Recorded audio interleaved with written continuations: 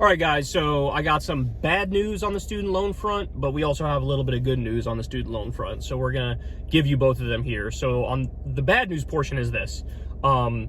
There's a certain percentage of student loan debt is actually not owned by the federal government. Most of it is. Last I read, it was like 80 or 90% of it that is owned by the federal government, but some percentage isn't.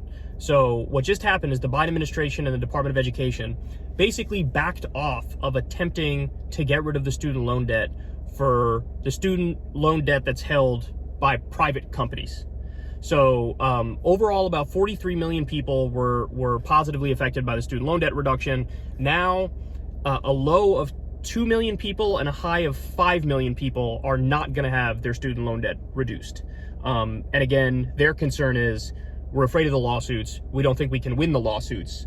And, you know, look, from my perspective, either don't include them in it from the beginning so that you don't get anybody's hopes up, right? Or if you're going to include them in the student loan debt reduction, then you're obligated to fight for it in court. Because honestly, I think there's a chance that the private loan companies would probably win, but there's some chance the federal government could win it because these are guaranteed by the federal government, even though it's held by a private company. Yeah. So you could say, look, it doesn't, however you're getting paid, doesn't matter how you're getting paid. So right. Like, who cares if it's us, the federal government, paying you, or the individual students paying you? Right. Probably. So this all comes down to the issue of who has standing in order to sue over this policy. And we'll talk a little bit more about this when I lay out the good news part of this.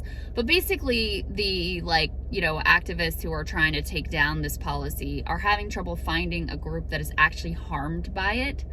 And the most likely set of people or individuals who can demonstrate, like, I'm actually injured by this relief, is the companies that would have made more money if these loans had been allowed to continue, because I guess they charge servicing fees and I don't know, some sort of like financial harm is done to them because these loans are paid off more quickly.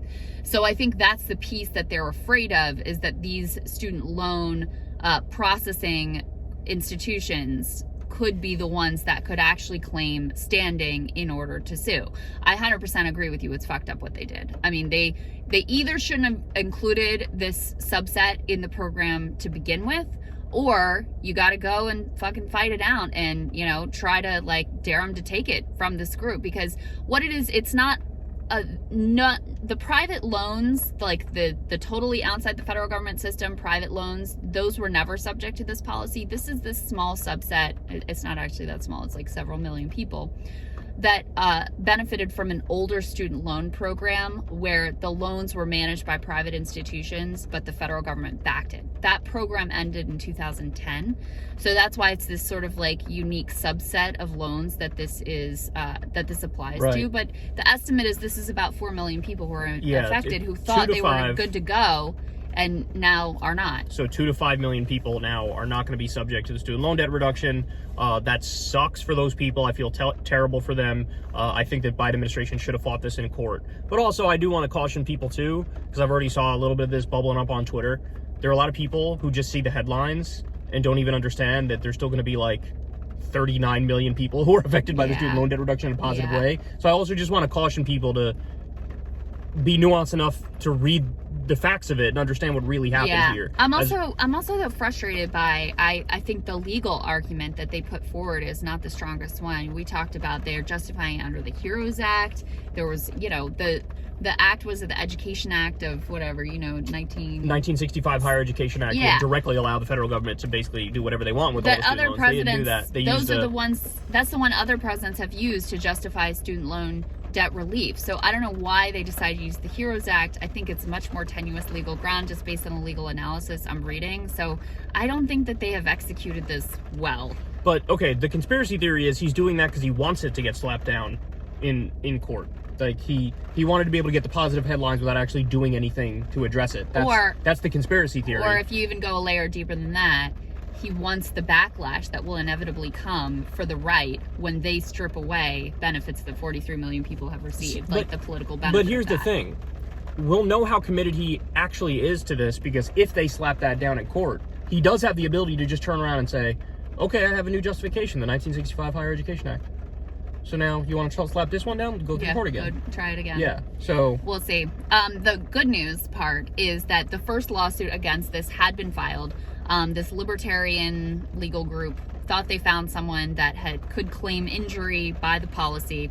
It's a little bit complex, but this guy lived in Indiana. He was already benefiting from a different student loan debt relief program. Yeah. And under that one, the benefit from having his student loans canceled wasn't taxable, whereas under the Biden policy, it would be taxable.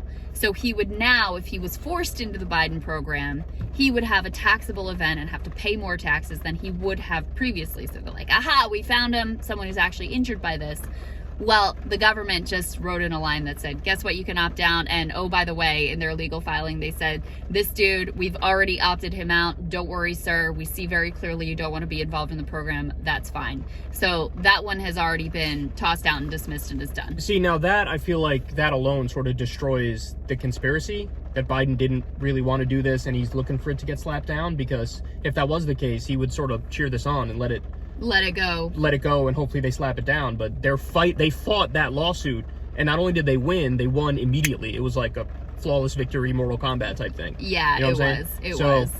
It was a pretty gangster legal filing, as such things go. Yeah. It's like, don't worry, sir, we've opted you out. It's all good. And I covered this story about the Indiana guy who was doing the lawsuit, and I thought, yeah, I don't think this lawsuit doesn't even strike me that this person has standing. He might not even have standing. Yeah. It seems like it already is the case that lawsuit got slapped down. There will be other ones coming.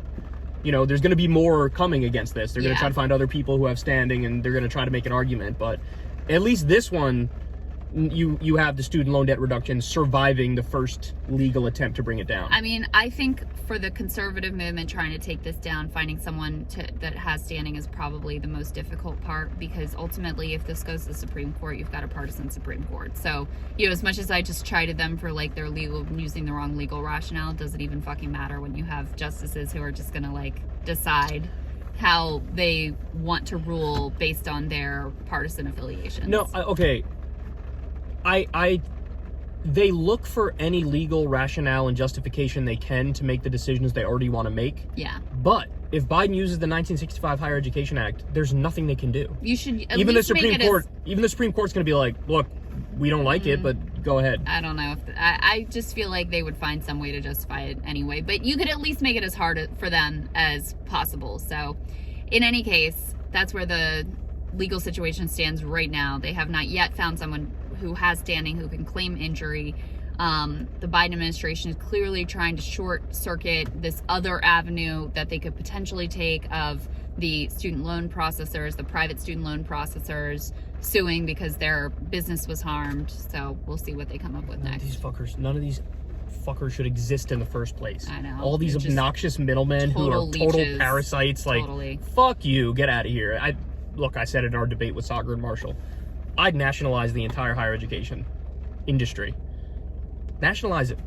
I mean, take it off the table completely. It should be a public good. Like, there are certain things where it's really clear. Like, I feel like health and education are two of the clearest. That criminal justice, like, these should not be things that are just subject to the market whims. It's disgusting. And I'm not somebody who's against market forces in every scenario. I think there are plenty of industries that benefit from competition and having market forces involved. Just, it is not the case with healthcare. It is not, or health insurance. It is not the case with education. These things are demonstrable, you know? Yeah.